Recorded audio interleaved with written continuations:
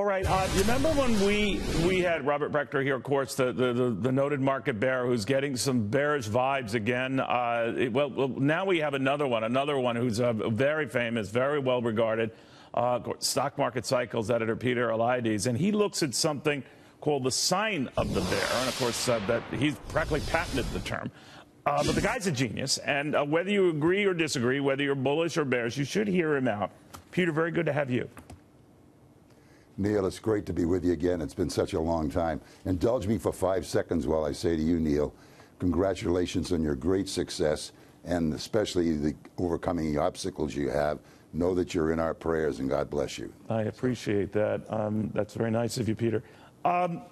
You are concerned, right? I mean, you're concerned about a signal or series of events that are going on that indicate the market could be in for something here. Explain.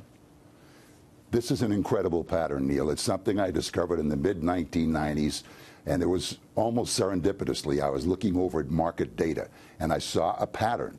That pattern was it related only to the advances and declines on the New York Stock Exchange. I recognized that pattern as being something different. I put it into the computer, and I said, tell me when this pattern has happened before. And the computer ran, and it gave me these instances, like the top in 61, the top in 66, the top in 68, and it gave no other instances. And I said, oh, my goodness, this is remarkable. So then I finally got the data going back to the 20s, and there was one signal, Neil, between 1926 and 1961, and that occurred in July of 1929. And I threw up my hands and said, oh, my goodness, we really have something here.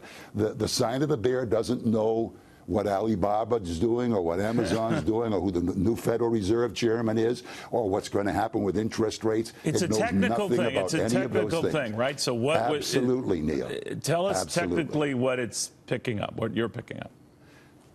Okay, what I'm picking up is that on October 5th, we had this pattern. I'll tell you what it is quickly, but I don't want to get too involved. Sure. It's 18 consecutive days where the advance decline ratio on the New York Exchange, advances divided by declines, is either below 195 or above 0.65. So it's kind of a churning range.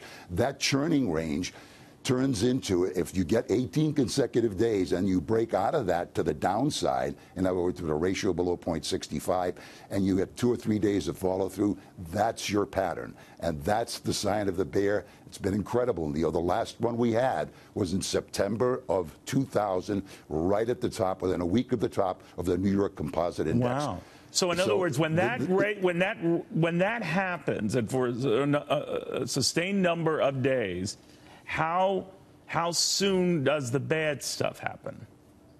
That's a great question, and it varies. It's not a signal that says you better settle all today, get out of all your stocks today, or you're in trouble. In 1929, for instance, it took another 10% to the upside in about 5 or 6 weeks.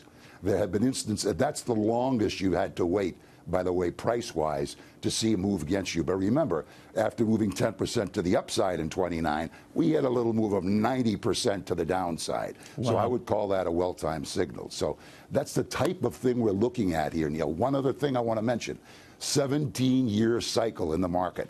If you go back to the inception of the Dow Jones Industrial Average in the 1890s and look at these dates, 1898, important bottom, 1915, right around World War II, important bottom, 1932, important bottom, 1949, 17 more years, a kind of sideways move to an incredible move to the upside, 1966, the next 17 years, a very important top in the market, which lasted for 16, 17 years.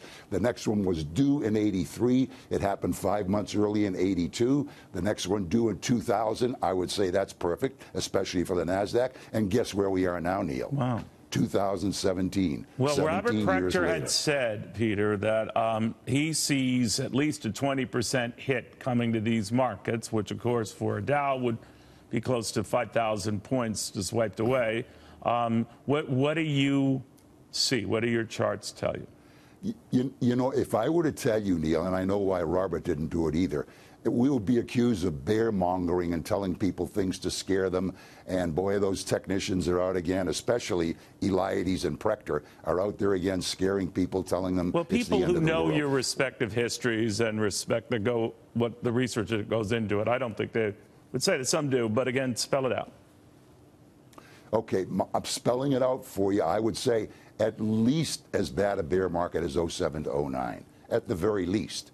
And that was more than 50%. Yeah, that cut us in So, half.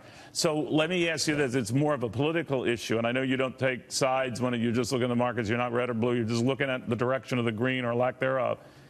When you see the president constantly talking about the records in the market and keeps going up, up, up, there's a flip side to that, too. You own it on the way up, you own it on the way down, right?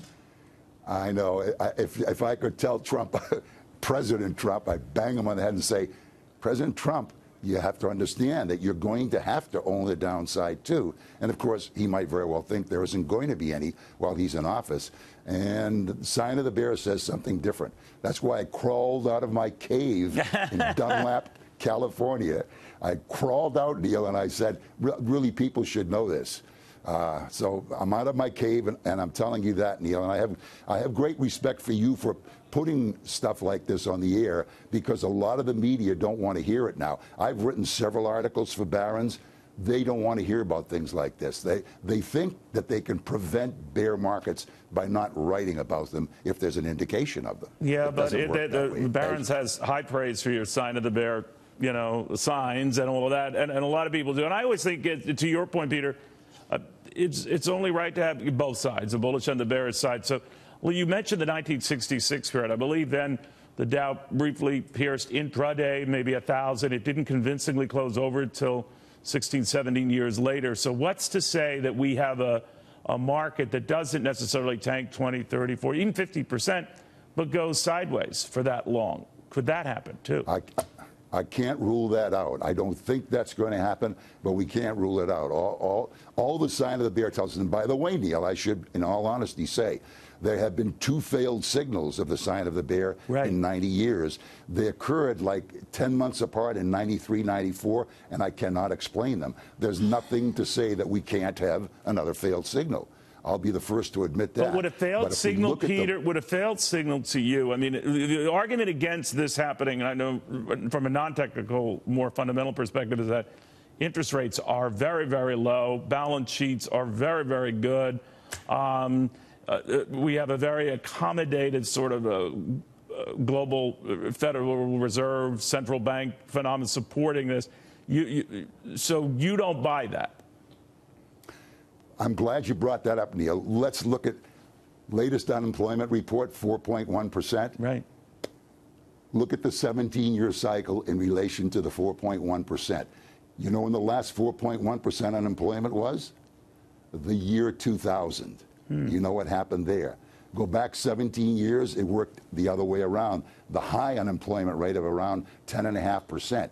You go back 16, 17 years from there, and the cycle has worked very well with the unemployment rate.